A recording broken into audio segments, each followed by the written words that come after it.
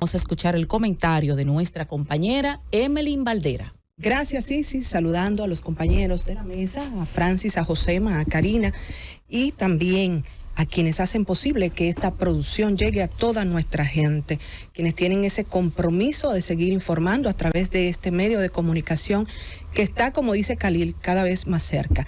Don Bienvenido, Bienchi y doña Isabel. Y a ustedes, obviamente, gracias por preferirnos, gracias por preferir la Z101 y el gobierno de la tarde, el gobierno de la Z. Este miércoles 18 de octubre, quiero permitirme al inicio de mi comentario felicitar, aunque a Fernando no le gusta, pero este sí vale mi felicitación. ¿A mí? Porque... ¿Sí, a ti? ¿Cumpleaños? ¿Quién está de cumpleaños? No, está de cumpleaños una persona de cumpleaños. Una persona que ha tenido junto a mí 27 años de vida. Junto a mí, mi querido esposo, el periodista Máximo Jiménez, y a quien felicito, ¿verdad? Y le pido al Señor mucha salud para él, para que sigamos. Bueno, lo que pasa es que comenzamos muy jóvenes, nos casamos muy jóvenes y es así. Eso me preguntaba Francis allá. Pero ciertamente, felicitar a Máximo y desearle mucha salud. Expresidente también. De Acroarte. Así también, es, así periodista y escritor. Y periodista, ¿verdad? Pero también en este miércoles quiero hablar a propósito. Me ha sorprendido mucho un titular que da cuenta de que se le salieron a Máximo. La inscripción de los aspirantes al Tribunal Constitucional va lenta. Va lenta. Me ha sorprendido mucho esa información. Se ha inscrito. Se ha inscrito uno, Fernando, un solo. El juez Rafael Leónidas Ciprián Lora. ¿Y qué nombre? Desde el día 11 de octubre. Tiene un nombre de peso, ¿verdad? ¿Qué nombre? ¿Qué nombre? Pero, don Héctor, eso es así. Eso es así. Pero me ha sorprendido mucho. Yo he escuchado abogados decir que no se inscriben, abogados de prestigio constitucional, que no se inscriben porque no hay grasa. Bueno, ahí voy. Tal vez no por la grasa, pero también voy. He oído decir algunos. Pero también voy en el sentido de que ciertamente el Consejo Nacional de la Magistratura abrió la convocatoria el día 11, pasado día 11, hace como 7 días, y es sospechoso esto, ¿no? De que a 7 días todavía solamente una persona y evidentemente el próximo 26 de octubre cerrará el plazo para las inscripciones. De alguna manera, con relación a otros procesos pasados, que veíamos una cantidad importante de gente, de juristas, de jueces, queriendo aspirar a esta alta corte, ¿verdad? Contrario a eso, en esta oportunidad vemos que no.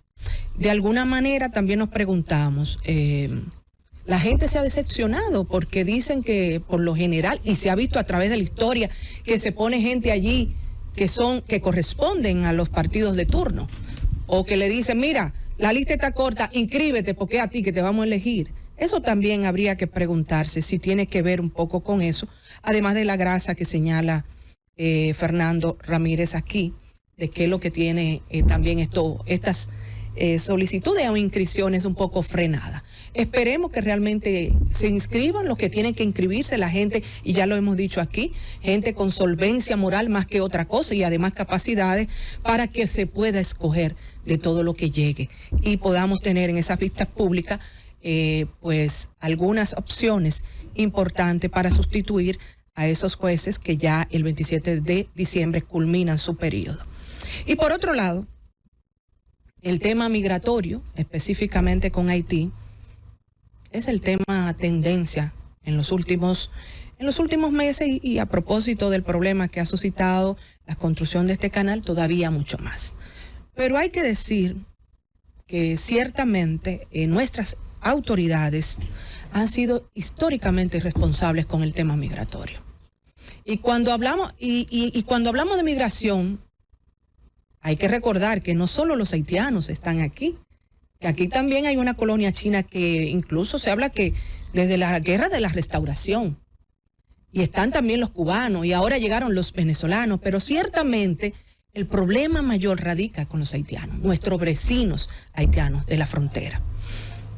Y uno de los temas, de los grandes temas, y creo que aquí se señaló cuando se estuvo hablando de cuando se mandaron los tanques de guerra, cuando se mandó toda esta parafernalia, ¿verdad? De que eso no iba a resolver muchos de los otros temas. Y uno de los grandes temas que tenemos con Haití sigue siendo el tráfico ilegal de nacionales haitianos. Ese es un problema real. Un problema que ciertamente del que se ha lucrado mucha gente y que ha dejado mucho dinero a mucha gente y a muchos gobiernos. Ha existido, existe y existirá. Ha existido, existe y existirá. Yo recuerdo que salta a la luz pública este tema cuando tenemos accidentes como los que se han manifestado y recordemos nosotros lo que pasó fue en Mao, me parece que fue en Valverde Mao, cuando una jipeta se cayó a un barranco y ahí entonces murieron prácticamente como 9 o 10. Y justamente se olvidó eso, ya eso pasó a la historia. Ya eso pasó a la historia, porque un tema tapa el otro tema. Y yo recuerdo también que en esa oportunidad se dio a conocer que los fallecidos tuvieron que ser enterrados, me parece que, si mal no recuerdo, en una fosa común, porque nadie apareció para identificarlos. Nadie fue porque lo que si posiblemente tuvieran familia, no se iban a arriesgar porque evidentemente también eran ilegales. Ciertamente Haití es un estado fallido y todos lo sabemos. Es un estado fallido. Es un estado que tiene una crisis institucional, una crisis política y una crisis social. Pero también dentro de todo esto, está claro en que nosotros tenemos que tener reglas. En que hay que asumir reglas. Y yo recuerdo que dentro de las medidas más recientes que se tomaron, dos en particular, la del el fondo que creó el Bandex para mecanizar los procesos, interesantísimo el tema, lástima que tuviéramos que llegar como a este punto para entonces tomar ese tipo de medidas. Porque evidentemente uno de los temas que también en lo que se maneja el tráfico ilegal de personas, de haitianos y en lo que vienen aquí, es justamente para la construcción y para la agricultura. Todo el mundo lo sabe. Y los empresarios necesitan esa mano de obra barata, dispuesta, porque los dominicanos no queremos asumir esos trabajos. Entonces yo me pregunto, sí, es importante y valioso el hecho de que vamos a mecanizar. No todo se podrá hacer porque la construcción, aun cuando hay avances importantes y aquí hay compañías que traen prefabricados y construyen una parte de la edificación, pero hay otras que tienen que hacerle la mano de obra, la mano de obra humana, evidentemente. Y el otro tema está el caso de los datos de la identificación biométrica. Y me llamó sumamente la atención porque incluso fue un tema que abordó el presidente en el pasado encuentro de la semanal, en la que van algunos periodistas y otros influencers. Y decía el presidente que los haitianos se pusieron guapos, que están guapitos y que parece que también dentro de toda esta situación que hay recientemente, en la que ellos queman productos nuestros, en la que ellos no abren la frontera, también tiene que ver con que se le ha puesto este requisito para entrar al país. Los datos biométricos. Qué importante esta medida. Qué importante. Ustedes saben por qué es importante. Y decía el presidente literalmente, textualmente, nosotros no vamos a ceder ahí para nuestra seguridad. Todo el que pase por esa frontera tiene que hacer su identificación biométrica. Y qué importante y valioso, porque yo recuerdo que en el 2016, siendo José Dantes funcionario del gobierno, lamentablemente tuvimos que ver el caso de su madre, muerta a manos de un haitiano al que ella le dio cabida en su hogar sin tener claro ni siquiera quién era, porque eran personas muy humanas, muy de la iglesia, muy cristianos, y entendían que tenían que ayudar al prójimo. Entonces, esa señora falleció, fue muerta. Ese haitiano la mató. Y resulta que no se sabía absolutamente nada de ese haitiano. No se tenía nada, ningún dato biométrico, ninguna información. Amén del proceso de regularización, que siempre fue un proceso pues que nunca tuvo la validez como tal.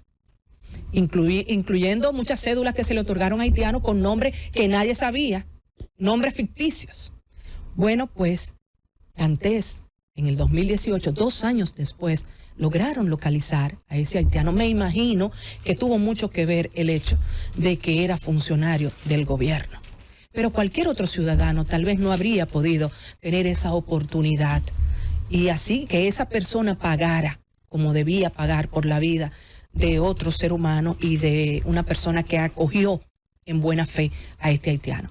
Creo que es una medida importante, oportuna. Entiendo que una de las grandes críticas que desde el inicio se le hizo al gobierno, que a veces tomaba medidas y echaba para atrás, tomaba medidas y echaba para atrás y reculaba. En este caso, el gobierno sería importante que mantenga esa medida.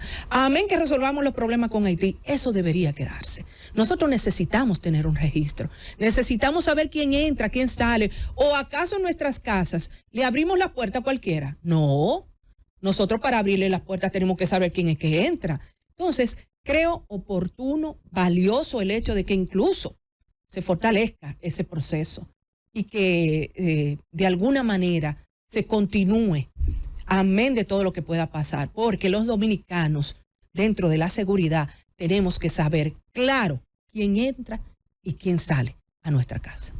Francis.